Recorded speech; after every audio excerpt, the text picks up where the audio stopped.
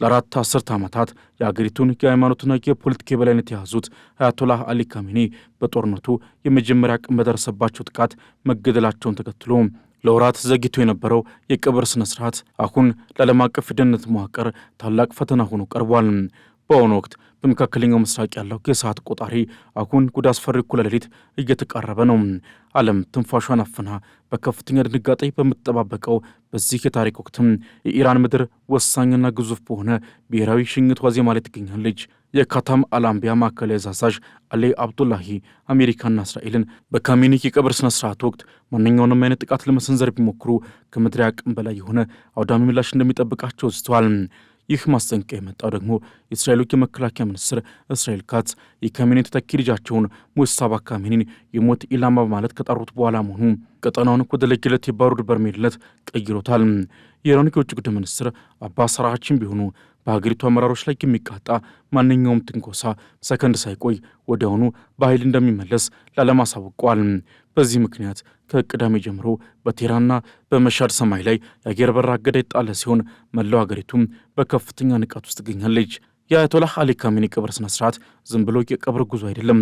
ይልቁንም በጦርነት ለቆሰለችውና በውስጥ ተቃውሞ ለታመሰችው የኢራን ቴዎክራሲያዊ ስርዓት ህልውናውን ከሚያረጋግጥበት ትልቁ የኃይል ማሳያ መድረክ ነው።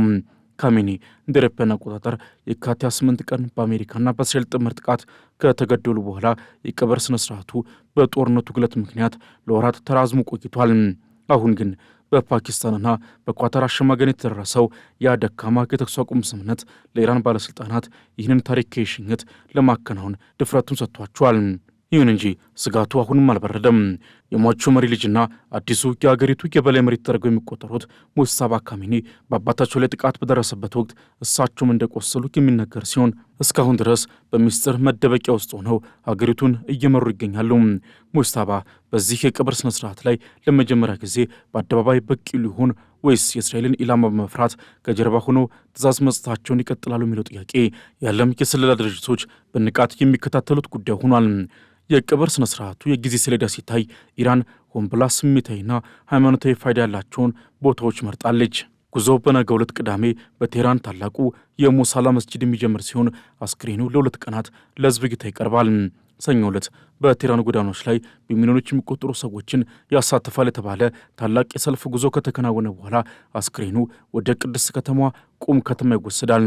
እዚህ ላይ ነው እንግዲህ ነገሩ ይበልጥ ውስብስብ የሚሆነው። ረቡዕ ዕለት ደግሞ የካሜኒ አስክሬን ድንበር ተሻግሮ ወደ ኢራቅ ካርባላ እንዲጓዝ ተወስኗል።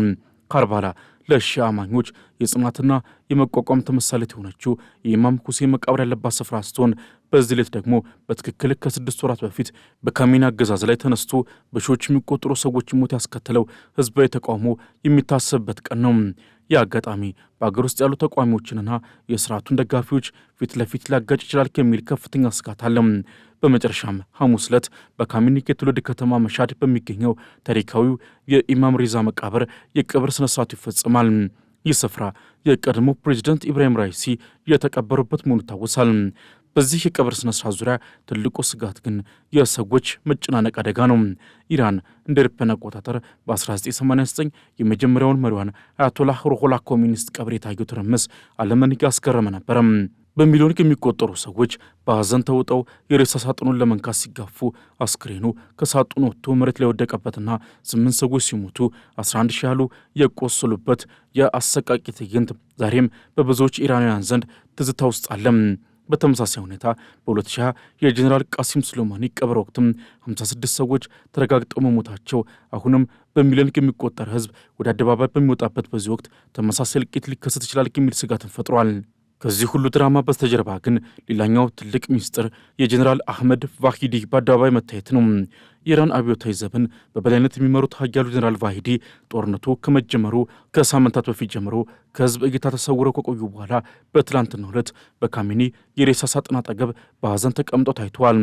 ቫሂዲ ከሙጅተባ ካሜኒ ጋር ቀጥተኛ ግንኙነት ካላቸው ጥቂት ሰዎች አንዱ እንደሆኑ የሚነገር ሲሆን አሁን በኳታር በኩል ከአሜሪካ ጋር ለሚደረገው ድርድር የኢራን ጠንካራ አቋም የሚቀርጹት እሳቸው እንደሆኑ ይገምታል።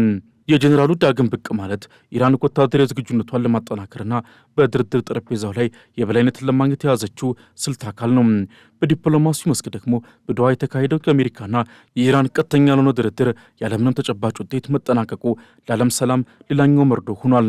ምንም እንኳን ፕሬዚደንት ዶናልድ ትራምፕ የኢራን ከኒኩሌር ነጻ የመሆን ሂደት በጥሩ ሁኔታ እየሄደ ነው ማለት ቢገልጹም በመሬት ላይ ያለው እውነታ ግን ሌላ ሆኗል። በድርድሩ ላይ የተሳተፉ ምንጮች እንደሚሉት ስለ ኒኩሌር ድርድር ጉዳይ እስካሁን አንድም ቃል አልተነሳም።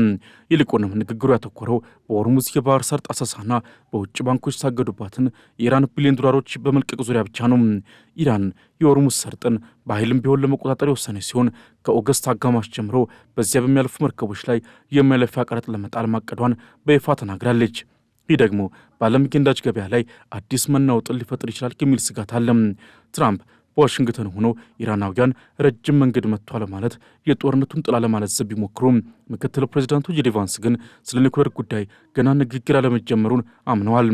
የትራምፕ አማች ያሬድ ኩሽነርና ስቲቭ ዊትኮፍም ለከፍተኛ ደረጃ ድርድር ተልከው የነበረ ቢሆንም በቴክኒክ ድርድሩ ላይ አለመገኘታቸው የዋይት ሀውስን እውነተኛ ፍላጎት ጥያቄ ውስጥ ከቶታል።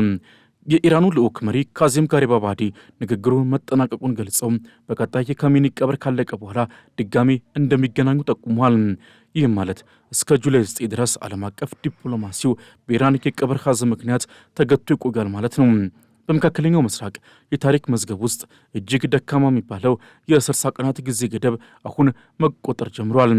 አሜሪካና ኢራን በይፋ የተስማሙበትና ጦርነቱን በዘላቂነት ለመቋጨት ያለመው የሰላም ፍኖተ ካርታ አሁን በታላቅ ፈተና ላይ ወድቋል። ሐምሌ 2 ቀን በመሽድ ከተማ በሚከናወነው የቀብር ስነ ስርዓት የታላቁ መሪ አያቶላህ አሊ ካሜኒ አስክሬን መሬት ሲያርፍ ለኢራን ብቻ ሳይሆን ለመላው ቀጠና አዲስና ያልተገመተ የታሪክ ምዕራፍ ይከፍታል። በቀጣይ የሚጠበቁት ክስተቶችም ወጥ የሆነ ሰላም ሳይሆን በድርድር ጠረጴዛው ጀርባ የተደቀነ እጅግ የከረረ የኃይል ሽኩቻና የስልጣን ሽግግር ውጥረትን የሚያሳዩ ናቸው። በመጀመሪያ ደረጃ በቀጣይ የሚጠበቀው ትልቁ ነገር የሙስጠፋ ካሜኒ ይፋዊ የስልጣን መንበር ጉዳይ ነው። የቀብር ስነ ስርዓቱ ሲጠናቀቅ አዲሱ የበላይ መሪ ሙስጠፋ ካሜኒ ከቆሰሉበት ድነውና ከመደበቂያቸው ወጥተው ለህዝብ ንግግር ያደርጋሉ የሚለው ነጥብም የኢራን ወደፊት ህልውና ይወስናል። ሙስጠፋ በዚህ ወቅት በአደባባይ ካልታዩ በአገሪቱ ውስጥ ያለው የስልጣን ሽኩቻ ወደ ለየለት የእርስ በርስ ግጭት ሊያመራ እንደሚችል የፖለቲካ ተንታኞች ያስጠነቅቃሉ። የእስራኤል የሞት ኢላማ ዛቻ ባለበት ሁኔታ ሙስጠፋ የሚሰጡት ማንኛውም መግለጫ ኢራን ከአሜሪካ ጋር በጀመረችው ድርድር ላይ ያላትን አቋም ግትር ወይም ለስላሳ የሚያደርግ ይሆናል። በተለይም የጀነራል አህመድ ቫሂዲ ወደ መድረኩ መመለስ የኢራን አብዮታዊ ዘብ በአዲሱ መሪ ዙሪያ ያለውን ተጽዕኖ ይበልጥ እንደሚያጠናክሩ ይጠቁማል።